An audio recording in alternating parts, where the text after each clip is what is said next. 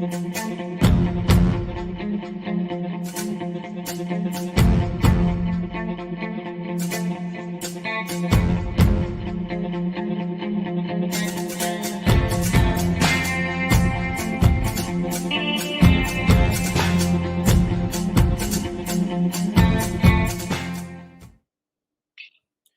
County View live and uncut.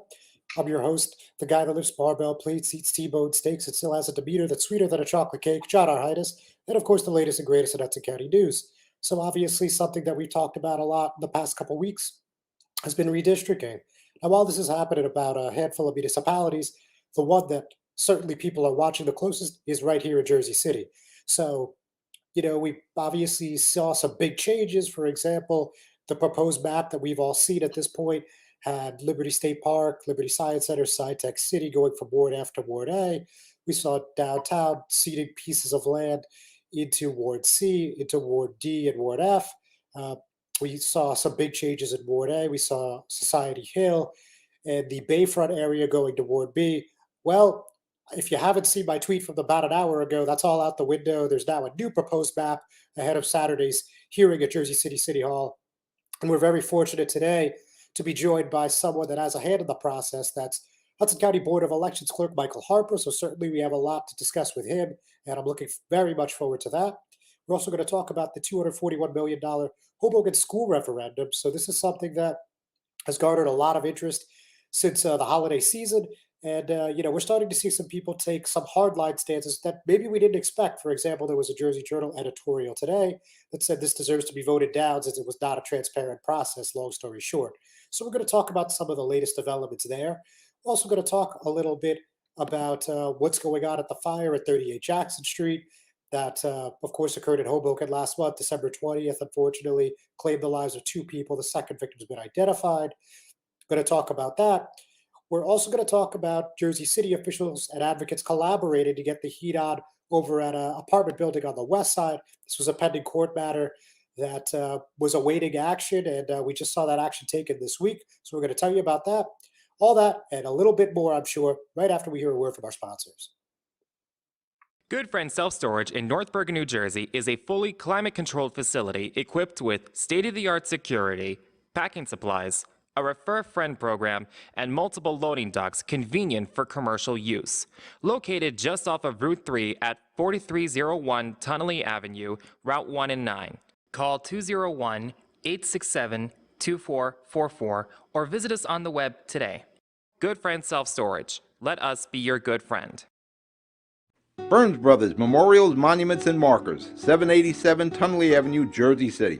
Hudson County's only monument maker, serving all faiths and cemeteries.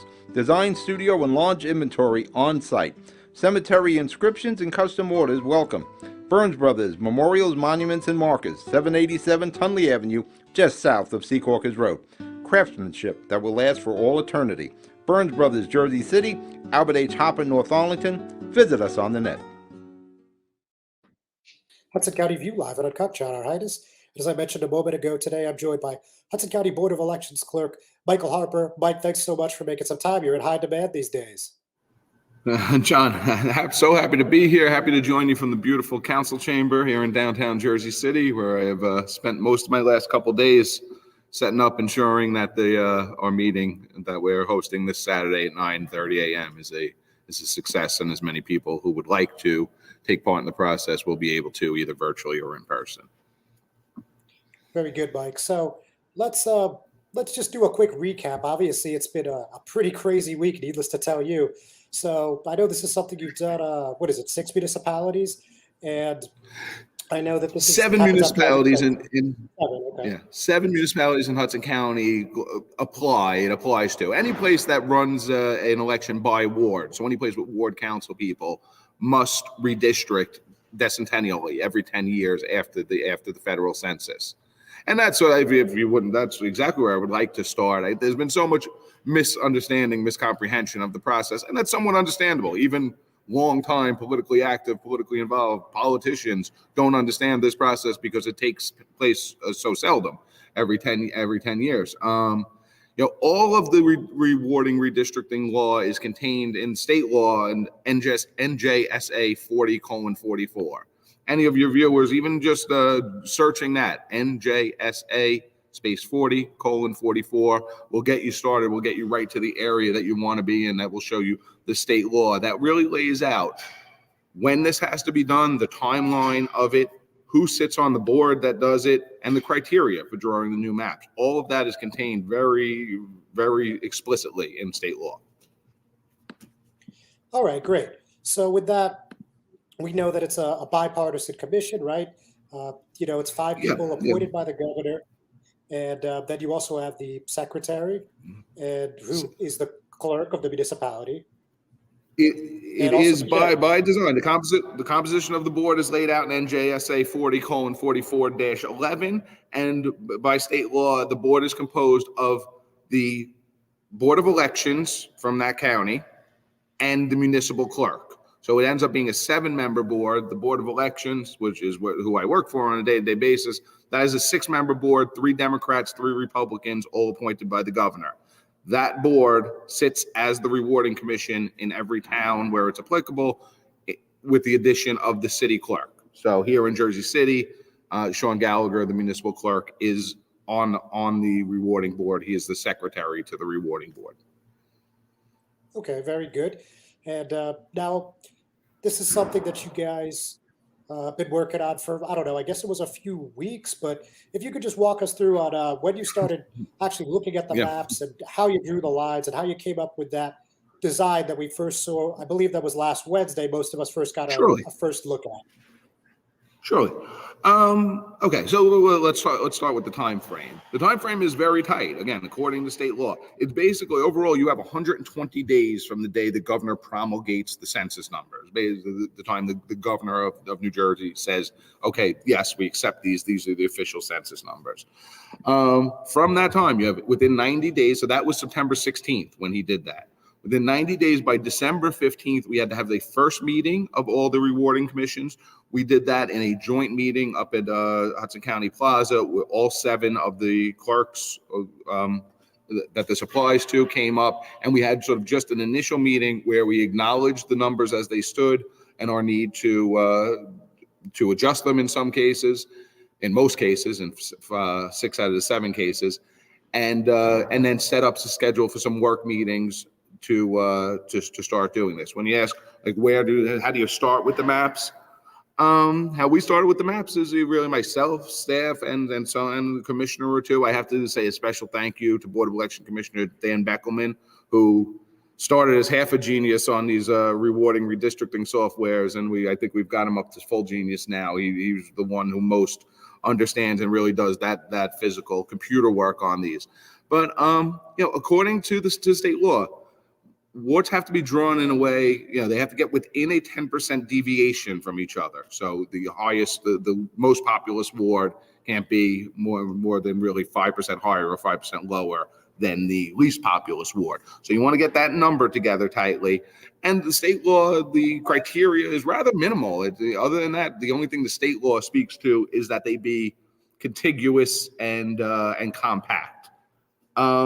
Some other things that we certainly took into consideration that the case law and history has told us we must take into consideration was demographics. You'll notice in our new proposed map, and even in our first proposed map, the demographics are very close to the demographics of the current wards. That was something we aimed for. Keeping neighborhoods together. That's something that's come up a lot, and people feel that, like, my neighborhood is a compact, is its own thing, and we don't understand why you would cut that in any way. I do have to ask, people for some understanding along the lines of, when you start doing this, and let me start with this. The current map, as drawn in Jersey City, had almost a 60% deviation. That was due mostly to the huge amount of growth enjoyed right here in downtown Jersey City over the last decade. The E Ward was almost 70,000, had a population of almost 70,000.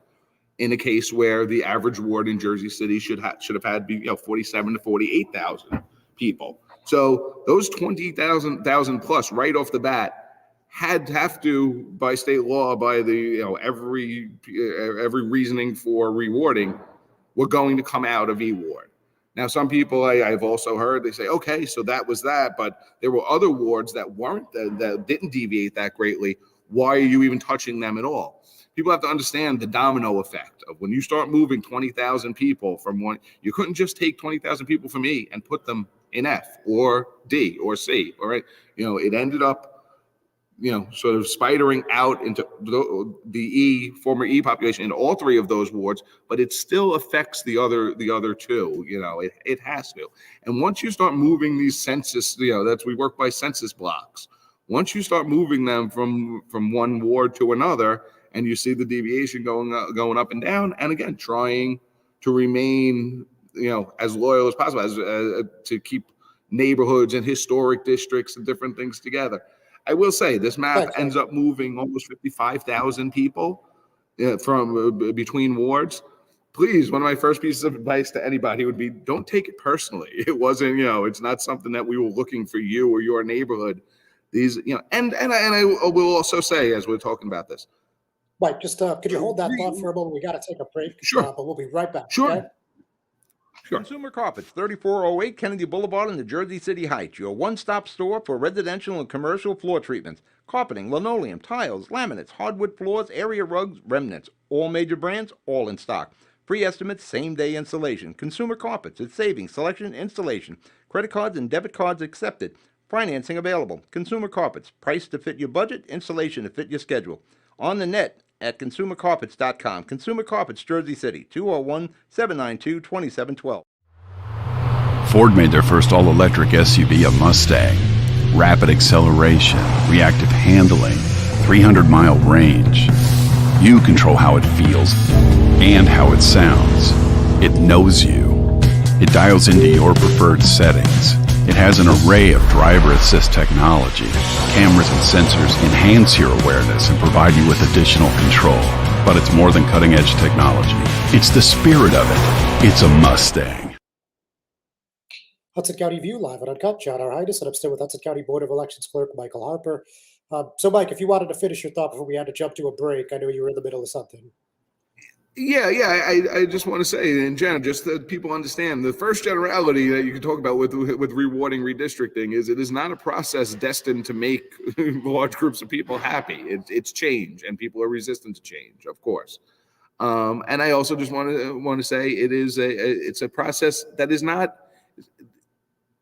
Intelligent people can disagree in the rewarding process. There are thousands of ways to do anything.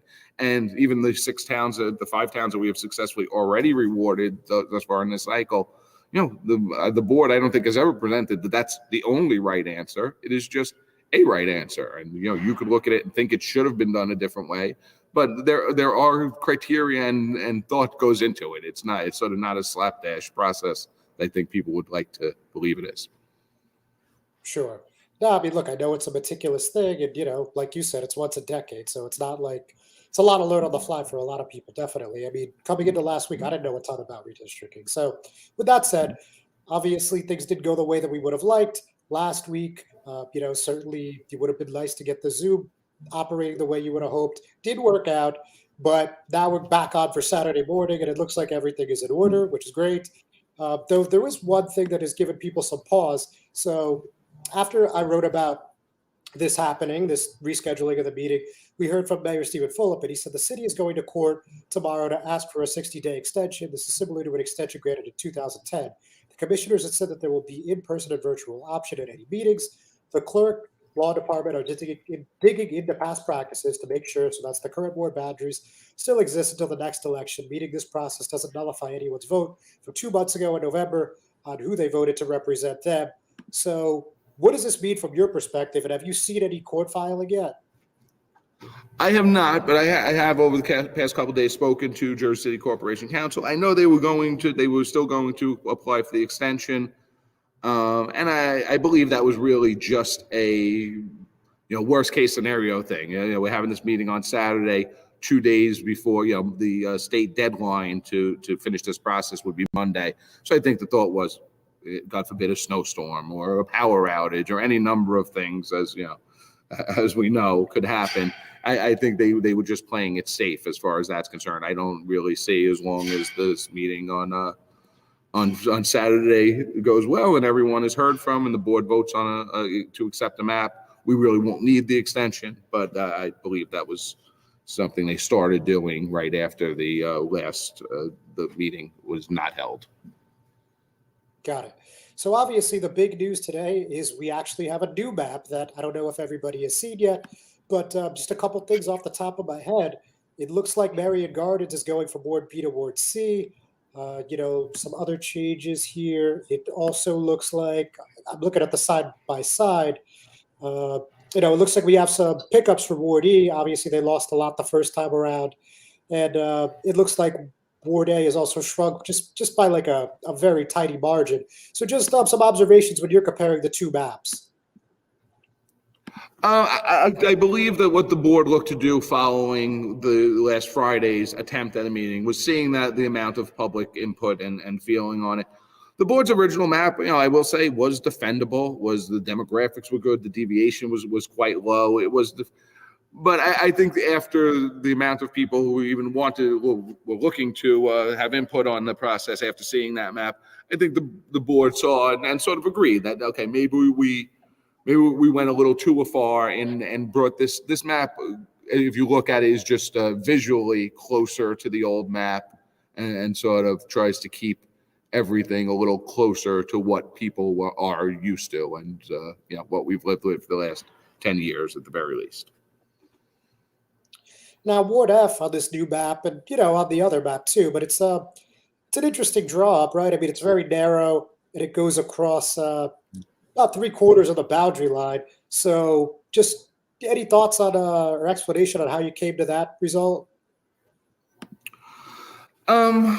No, I mean, Ward F was always sort of an oddly shaped ward in the center there, almost landlocked, except down the Liberty State Park area. Again, it's all about numbers and demographics and trying to maintain. The law has said over and over that where possible, rewarding on every level, federal, state, and local, should make every attempt to maximize minority electoral possibilities, opportunities. So, the idea is, and I've heard it said, sort of even in regards to the last map, it was sort of put out there like, oh, it looks like the board's trying to pack the black vote into a ward or two. Well, pack it has a negative connotation. That's one way of saying it. The other way to look at it is what is preferable, to have two wards with a 50 to 60% minority demographics, or to spread that over 3 wards and make them 15 to a quarter each. Those are, and as I said, these are questions on which intelligent people can disagree. But really, I mean, the law is quite obviously, case law is totally behind the board's reading that we should try and maximize minority electoral opportunities.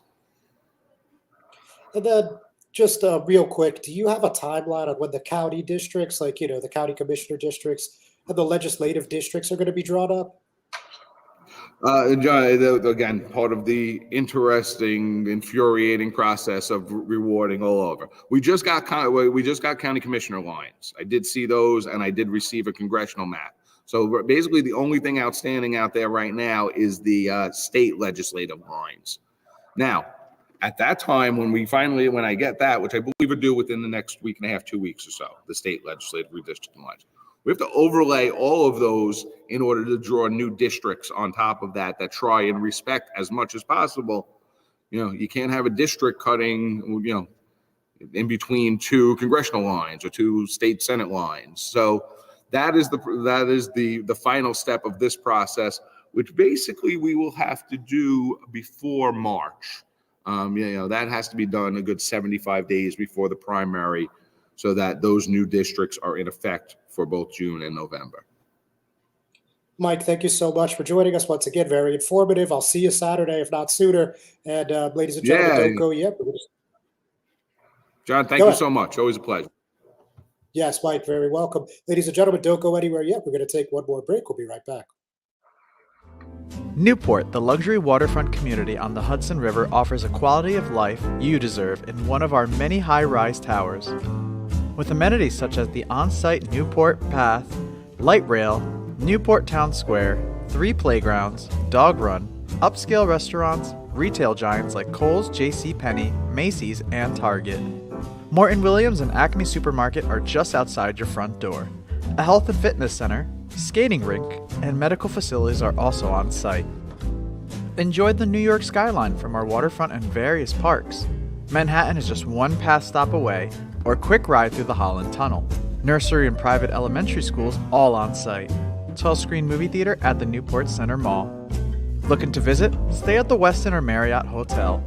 For more information, visit us at newportnj.com. Make lasting memories to cherish forever. It's incredible. It's you, Newport. Live like you want. Hudson County View, live and uncut. John R. Heinis. So obviously that was a lot of Jersey City, but let's go to the Mile Square City for a moment here. Let's talk a little bit about this referendum. Obviously, this has been a big priority. It's the only election here this winter of any sort. So thus far, just to give you a brief recap, as I'm sure most, if not all of you already know, we've seen Mayor Ravi Bala, Councilwoman at Large Emily Jabbour, Councilman at Large Jim Doyle, Fifth Ward Councilman Phil Cohen, and that was in a joint statement between those three council members last month, come out to express some words of support, and we've seen the mayor and Councilwoman Jabbour double down on that. And then since then, we've seen Second Ward Councilwoman Tiffany Fisher come out against, and joining her now is Fourth Ward Councilman Ruben Ramos. So he had an email blast just on Tuesday, and he called this a huge miss and an opportunity for the city and the Board of Education to collaborate. So what he said specifically was, my view is that the plan as proposed is a huge miss and an opportunity for the city of Hoboken, the Hoboken Board of Education to work collaboratively to meet both our educational and community needs. In 2018, I made such an attempt to try and have a school incorporated within the Southwest redevelopment plan. The cost of the school construction would have been in the $35 to $40 million range and would have been built adjacent to the Southwest Park expansion. Although that himself, Mayor Ravi Bala, and Superintendent of Schools Dr. Christine Johnson met with representatives from Academy Bus in 2018, Bala came out against the plan in the beginning of the following year, 2019, and it ended up not happening, as I'm sure you all know. So he also took some stabs at the Board of Ed here. I mean, he said that their planning process showed a complete lack of transparency, have embraced a take it or leave it approach, and basically that this is completely unacceptable. He pointed out rebuild by design.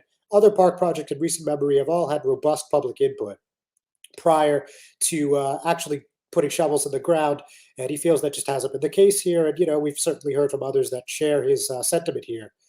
So he concludes by saying this, as their councilperson and your councilperson, I want what is best for them and you, and this is why I will be voting no on January 25th with the hope that we can all work together to find better solutions to build quality schools and facilities that our students and residents deserve. So, you know, certainly an interesting development. You know, again, in light of this, in light of the Jersey Journal editorial, seems like a lot of people are not happy with the way this process has gone.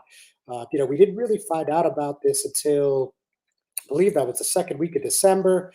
Again, this is an extremely expensive plan, $241 million. It would be the most expensive public works plan in Hoboken history and the most expensive school in the country to date per square foot. So, you know, it's a pretty significant deal here. I mean, we're not voting on a couple dollars in shekels. So with that in mind, it's going to be up to the voters one way or the other on Tuesday. So ahead of that, you know, as always, I like to take a look at the New Jersey Election Law Enforcement Commission reports. And the Friends of the New Hoboken High School, obviously, they're in favor of the project. They reported raising $8,489.33 to date, with $2,999.13 cash on hand. The groups opposing the measure have not yet filed. So not a whole heck of a lot to add here, but just according to ELEC regulations, wanted to point out joint committees must file if they raise more than $3,200, with a committee needing to report a contribution or expenditure in excess of $1,900 within the 48-hour reporting period. So beyond that, I think just worth noting that the biggest contributor was Jim Coaches of the Burgess Group, put in $4,000. We also saw three members of Board of Education President Sharon Agley's family chip in a cumulative $500. Councilwoman at Large Emily Jabbour donated $1,000, and Matthew Shoemaker, who's the husband of Trustee Eileen McGurk, donated $2,000. So they also have used Connecticut-based Mission Control to do their direct mail, and of course that comes with printing and postage costs, and they spent $5,493.20. we've seen some literature from the Hoboken Friends and Neighbors group, at least two mailers. It didn't have the explicit paid for line that ELEC likes to see, and also window and lawn signs paid for by the Hoboken Republican Party. I had a brief conversation with Jerome Abernathy via email, one of several spearheading the no vote, and he explained that they're a loose confederation of groups as opposed to one organized entity like the Friends of the New Hoboken High School. He said, we're a loose confederation of a number of vote no groups. There'll probably be multiple filings by multiple groups. I think our aggregate spending is similarly small. So with that, just a couple more topics when we come back and call it a day. Just stick with us for a few moments with another word from our sponsors. Not everyone celebrates the birth of a baby. You have options. Don't panic. New Jersey has safe havens for unwanted infants. Leave the baby with staff at any hospital, ER, police or fire station, or rescue squad. Call the number on your screen for safe haven locations or go to www.njsafehaven.org. No shame, no blame, no names. Safe Haven. Panapinto Properties, Jersey City, shaping the workplace with state-of-the-art office spaces and addresses your company desires. Building residences that define your home environment, adjacent to all modes of transportation with on-site parking available. The right address, the right lease. Call 201-521-9000 or visit online at panapintodevelopment.com. Panapinto Properties, building Jersey City for everyone. Hudson County View, live and uncut. John R. Heinis. So we actually have a nice story, I believe, and you don't hear me say that often, but this story actually wasn't the best of circumstances, but I think many would agree is a happy ending. So you remember right before Christmas on December 23rd, I reported on this situation at 96 Duncan Ave. You had three tenants being represented by the Waterfront Project, suing their landlord, claiming that they did not have livable conditions, specifically because they didn't have any heat. So they were working on that. Now, finally, earlier this week, this thing has come to a resolution after over 2 months, probably closer to 3. And this was due to the collaboration between city officials and advocates. And, again, now that they have heat, now they can get through the winter comfortably, knock on wood, of course. So I spoke to one of those residents at 96 Duncan, that's Betty Grant, and she had a lot of respect, and I think you could say a lot of love for County Commissioner Bill O'Day. She said, we had a meeting last week with the city commissioner and all the tenants, and he managed to get a court order for emergency boiler repair. And one day we had the parts delivered, the boiler was repaired, and the heat was on around 3 o'clock. Now, thanks to the wonderful Commissioner Bill O'Day, we triumphed. So, again, that litigation was filed against Angela Morello Lambs. That's the landlord of the property. She does this through an LLC, which is, of course, quite common. And, the needle just wasn't moving much at all. But O'Day said that he went there on Sunday. And the fourth floor of the apartment, he saw that there was a mother living there with several children, including a newborn, to take a look at how bad those conditions were. And according to Grant, she said all the children in that family got sick when there was no heat. So O'Day continued, or elaborated, I should say, that by Monday, we were speaking with a judge, and they were putting an order together to get someone in to repair the boiler. I identified a couple of contractors and asked them to go there. They said to send an invoice to the city. The judge issued the order for emergency repairs, and in one day repaired the boiler, and the building now has heat. To say it in one sentence, I went old school, full up in my book. He gets an A+ in this one. I think as a result of this, I think we have the landlord's attention. He also credited Jersey City Together and Joel Brooks / some North New Jersey Democratic Socialists of America for staying on top of the issue. Of course, you remember those two groups were big in bringing this to the forefront last month. Fulop also gave credit to Chief Municipal Prosecutor Jake Hunda and Chief Municipal Judge Ramey Eid for helping get the heat back on. And he said he's working with O'Day and Ward B. Councilwoman Mira Prinzari to crack down on bad landlords. He said, you have some really terrible landlords in the city, and we want laws in place to work when they try to squeeze tenants. Over the cold weekend, that was one of our focuses. We'll have a new ordinance to protect tenants from landlords that look to cut corners. It is reprehensible that you have landlords that think it's acceptable at freezing temperatures to not fix or think or care about heat. The laws aren't there yet to protect those tenants as they should. So again, a pretty happy resolution. Obviously, this wasn't the greatest situation in the world, but it's good to see, these different branches of government and members of the community come together and get this resolved on a high note. So again, let's hope that it stays this way at 96 Duncan. And also, as the mayor alluded to, that this goes well above and beyond just this one property. So with that, folks, we're going to call it a day. Thanks for tuning in. We'll see you next week.